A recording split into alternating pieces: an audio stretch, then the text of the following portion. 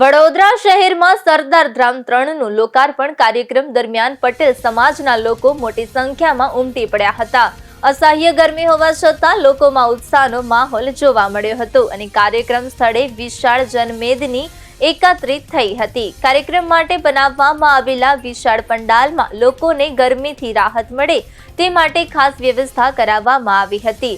Sprinkler system દ્વારા પાણીનો છંટકાવ કરીને તાપમાન ઘટાડવાનો પ્રયાસ કરવામાં આવ્યો હતો।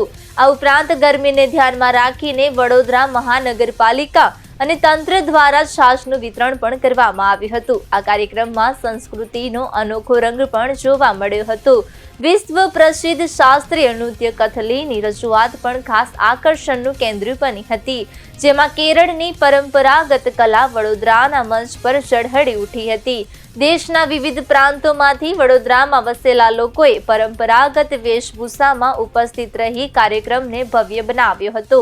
તેમણે વડાપ્રધાનનું સ્વાગત પણ વિશેષ ઉત્સાહ અને પરંપરાગત અંદાજમાં કર્યું હતું।